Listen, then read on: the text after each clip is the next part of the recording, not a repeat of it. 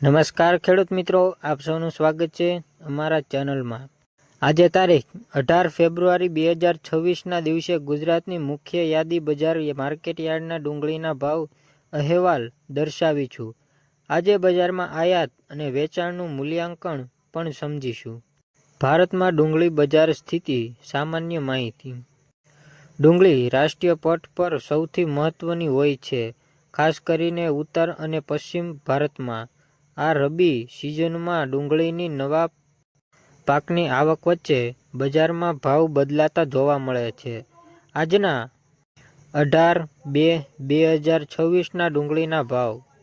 સૌપ્રથમ અમદાવાદમાં નીચો ભાવ 1000 રૂપિયા પ્રતિ ક્વિન્ટલ, માંગી ગયેલો ભાવ 1300 રૂપિયા પ્રતિ ક્વિન્ટલ, ઊંચો ભાવ 1400 રૂપિયા પ્રતિ ક્વિન્ટલ।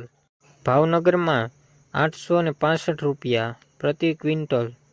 જો કેટલાક યાર્ડોમાં ડુંગળી નીચા ભાવમાં આવે તો બીજાઓમાં ઓછી આવક હોય ત્યારે ભાવ વધુ હોય છે।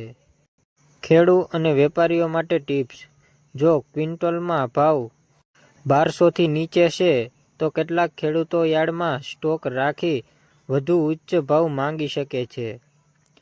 બીજી તરફ જો સપ્લાય વધે છે તો ભાવ ઘટવાની શક્યતા હોય છે। બજારમાં ઓછા અને ઊંચા ભાવના કારણો: આવકનો વારસો, રબી પાકની ઉપલબ્ધતા, ટ્રેડ્સ અને ગ્રાહકની માંગ આ બધું ડુંગળીના ભાવ પર સીધો અસર કરે છે। તમારો આભાર। જો તમને આ ઉપયોગી લાગી હોય તો વિડીયોને લાઇક કરો, ચેનલને સબસ્ક્રાઇબ કરવાનું ભૂલશો નહીં। જય ખેડૂત, જય